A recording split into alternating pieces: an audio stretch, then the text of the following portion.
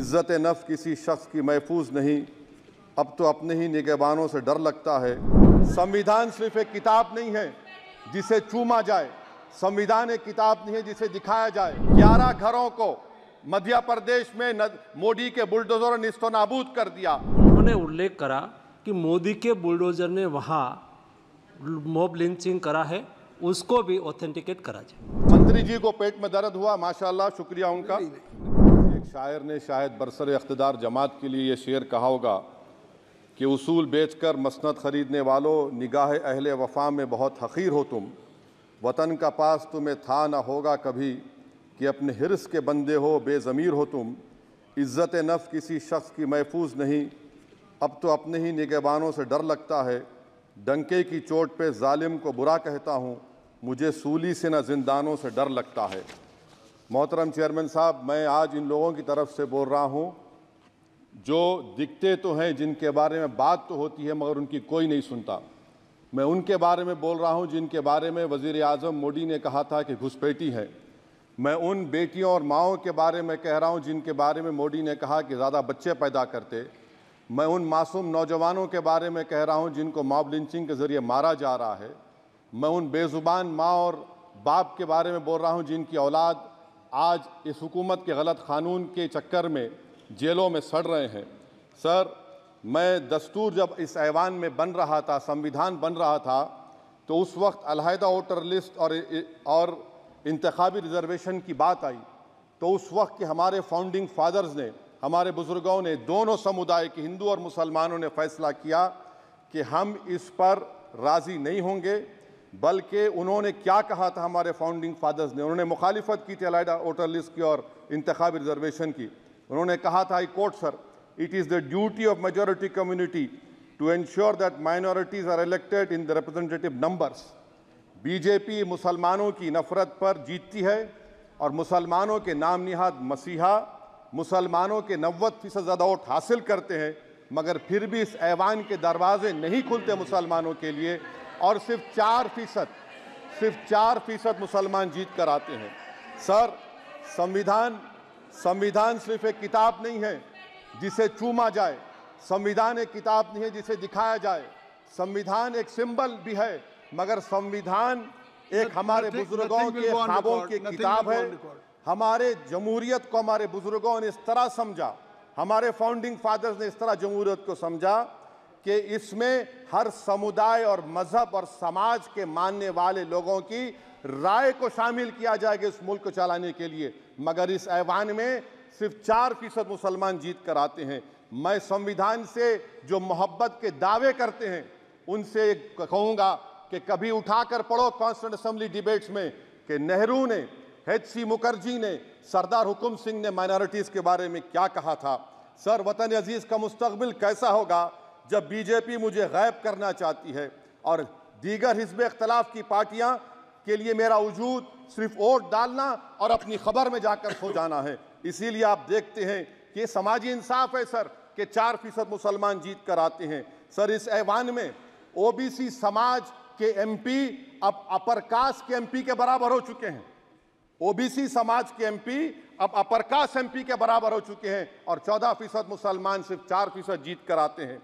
CSDS का data ये बताता है कि इस मुल्क में जो वोट बैंक है, जो एक मुश्त वोट डालता है, वो अपर कास्ट का है।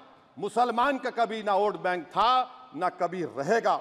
सर, 4 जून के बाद 6 मुसलमानों की मॉब लिंचिंग हुई। 11 घरों को मध्य प्रदेश में मोदी के बुलडोजर ने निस्तो नाबूद कर दिया। हिमाचल प्रदेश में एक मुसलमान की एक दुकान को लूट लिया गया और हिज़्ब इख्तिलाफ की पार्टियों की तरफ से सन्नाटा है। शायद अब वक्त आ चुका है कि लफ्ज़ मुसलमान का नाम लेना भी अब उस पर पाबंदी आयद कर दी जाएगी। सर, मैं ये बात बताना चाह रहा हूँ कि नरेंद्र मोदी को जो मैंडेट मिला है। एक मिनट, आप लोग बैठ जाएं, कृपया आप लोग बैठ जाएं। श्री मनसुख मांडविया जी, आप लोग बैठ जाएं, कृपया माननीय सदस्य बैठ जाएं। श्री मनसुख मांडविया जी, मनसुख मांडविया जी, कृपया आप लोग बैठ जाएं। अपने प्रारंभिक कृपया आप लोग बैठ जाएं। आप लोग बैठ जाएं। माननीय सदस्य ने अपने प्रारंभिक भाषण में जो शब्द प्रयोग करा है उसको ऑथेंटिकेट करा जाए और अभी उन्होंने उल्लेख करा कि मोदी के बुलडोजर ने वहाँ मॉब लिंचिंग करा है, उसको भी ऑथेंटिकेट करा जाए। निश्चित तौर से इसको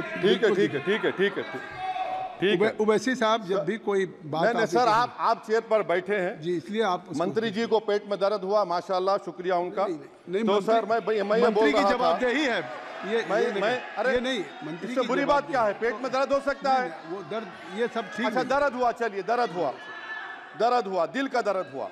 तो सर जो नरेंद्र मोदी को मैंडेट मिला है वो सिर्फ और सिर्फ मुसलमानों की नफरत पर हिंदुत्व की वजह से मिला है। I would like to say it is not Modi's in doc but every single person voted him despite his anti Muslim voice. And I would like to tell the opposition parties, this is not a moral victory for you, this is a victory of majoritarianism. Everyone should contemplate and do introspection.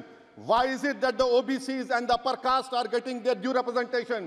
Why are the Muslims not getting? Are we here only to vote for you and not to get elected? If that is the case, please tell us that we are only here to vote for you. Sir, आज भारत के आधे नौजवान बेरोजगार हैं और रोजगार की तालाश, बेरोजगारी का आलम यह है सर कि मोदी सरकार के 5 साल में 75 लाख एस्पिरेंट्स की जिंदगी बर्बाद हो गई, 6 पेपर लीक हुआ। बेरोजगारी का आलम यह है सर कि रशिया जा रहे हैं, वहां जाकर अपनी जानों को दे रहे हैं। बेरोजगारी का आलम यह है कि नरेंद्र मोदी रोजगार का कैंप चलाती है नौजवानों के लिए कि तुम इजराइल में जाकर काम करो, उनको कैनन फॉडर बना रही है ताकि फलस्तीनियों की जायदादों को हड़प कर सके। ये भी कंक्लूड कर। अरे सर मेरा टाइम है, कहाँ टाइम है सर? आप ये टाइम ले लिए मेरा सर, मैं 2 मिनट दीजिए। ये विश्वगुरु की पॉलिसी है, इजराइल को 27 टन हथियार जा रहा है। 9 मिलियन भारत के लोग गल्फ में काम करते हैं, क्या असर पड़ेगा? 47,000 इजरायली फलस्तीनी मार चुके हैं। क्या है हमारी पॉलिसी सर? क्यों हथियार दे रहे हैं सर? नस्लकशी हो रही है। सदर जमहूरिया के खुतबे में राष्ट्रपति के सर, मैं उसी पे बोल रहा हूं सर, उसमें लिखा हुआ है फॉरेन पॉलिसी के ऊपर, आप पैराग्राफ नंबर 25 देख लीजिए। सदर जमहूरिया में सैचुरेशन अप्रोच है।